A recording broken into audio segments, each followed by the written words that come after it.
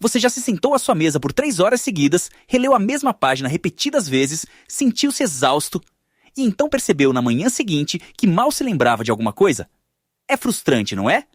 Você diz a si mesmo que não é disciplinado o suficiente, não é inteligente o suficiente, não é focado o suficiente. E, no entanto, aqui está a parte estranha. No Japão, estudantes memorizam rotineiramente mais de 2.000 caracteres kanji e os retêm por toda a vida.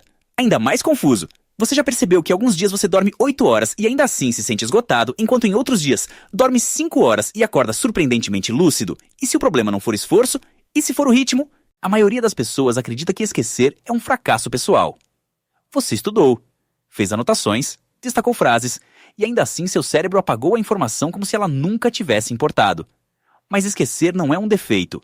É o comportamento padrão do cérebro. Seu cérebro é projetado para descartar informações que não são reativadas no momento certo. Se o conhecimento flui apenas em uma direção, olhos para a página, para a página, página para o cérebro, ele é rotulado como temporário, descartável, inútil para a sobrevivência. É aqui que a abordagem japonesa difere silenciosamente. Em vez de forçar mais horas, eles alinham os hábitos diários com a forma como o cérebro naturalmente armazena energia e memória. Exposição à luz natural pela manhã. 10 minutos de movimento leve antes do trabalho mental. Revisar o conteúdo antigo antes de aprender algo novo. Comer até 80% da saciedade para evitar quedas de energia. Dormir em ciclos, não apenas perseguir um número de horas. Há até pesquisas, frequentemente mencionadas por meus concorrentes, que mostram que apenas 10 minutos de atividade física leve podem aumentar a capacidade de recordação em até 20%. Não estudando mais pesado, mas preparando o cérebro. No Japão, o aprendizado não é tratado como uma batalha de força de vontade. Ele é tratado como um ritmo.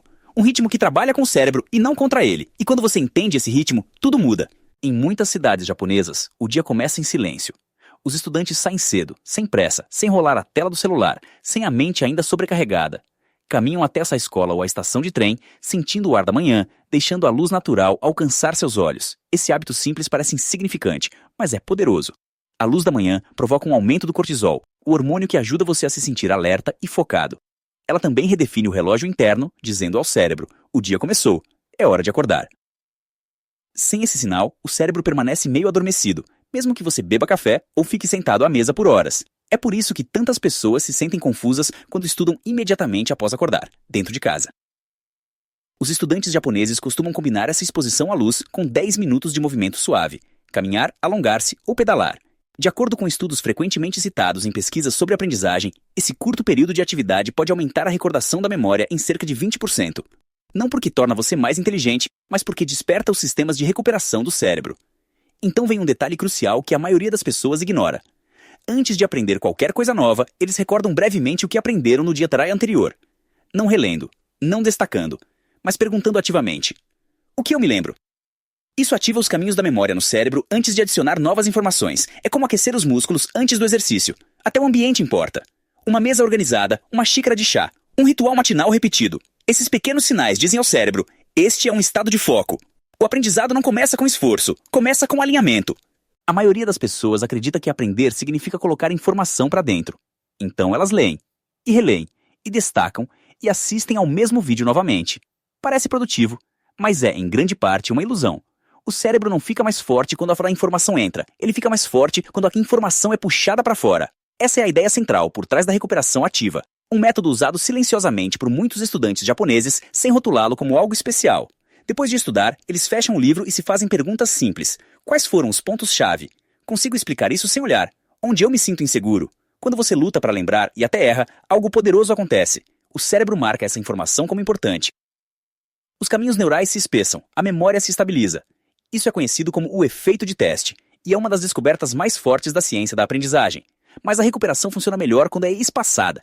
Em vez de estudar tudo de uma vez, os aprendizes japoneses costumam revisitar o material em intervalos curtos. Dia 1, dia 2, dia 4, dia 7. Cada revisão é breve, desconfortável e ativa. Esse tempo alcança o cérebro exatamente antes de esquecer. Quando fortalecer a memória é mais fácil. Sobreposto a isso está o Kaizen, a filosofia de melhorar apenas 1% a cada dia. Sem sessões de estudo exaustivas, sem discursos dramáticos de motivação. Um novo kanji. Um conceito relembrado, uma explicação curta escrita com suas próprias palavras. Alguns seguem um ritmo simples de 40 a 10. 40 minutos de foco, 10 minutos de descanso. E, em vez de desistir após um dia ruim, seguem uma regra silenciosa. Nunca faltar 2 vezes seguidas. O progresso não é barulhento, ele é rítmico. O sono é onde o aprendizado é concluído. Durante o dia, o cérebro coleta fragmentos de informação. À noite ele decide o que permanece e o que desaparece. Esse processo acontece por meio de ciclos de sono repetidos, cada um com cerca de 90 minutos, passando do sono leve para o sono profundo e, por fim, para o sono REM. Aqui está o paradoxo que confunde tantas pessoas. Se você acorda no meio de uma fase profunda ou REM, pode se sentir pesado, confuso e exausto, mesmo após 8 horas na cama. Mas se acorda perto do fim de um ciclo de sono, pode se sentir surpreendentemente revigorado depois de apenas 5 ou 6 horas. É por isso que a pergunta não é quantas horas você dormiu, é em que ponto do ciclo você acordou.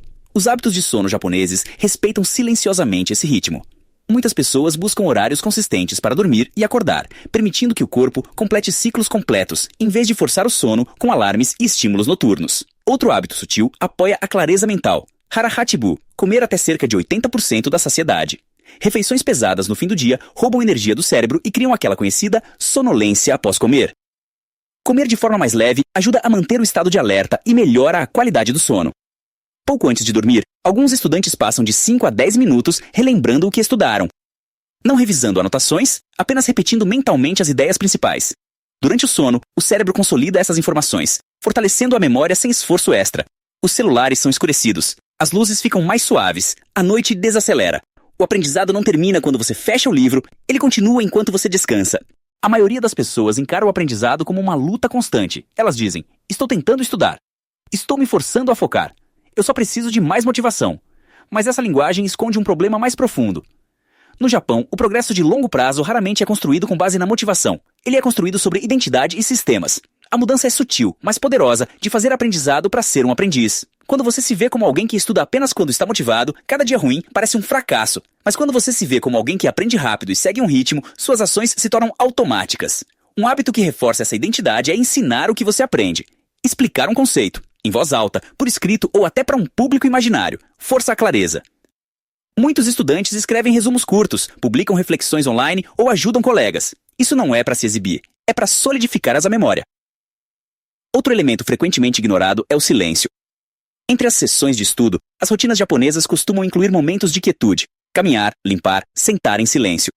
Esses intervalos dão espaço para o cérebro reorganizar as informações. Pense nisso como uma árvore. O crescimento mais importante acontece debaixo da terra, onde ninguém vê. As raízes se expandem antes que os galhos apareçam. O aprendizado funciona da mesma forma. Quando você para de perseguir intensidade e começa a respeitar o ritmo, o foco se torna mais calmo.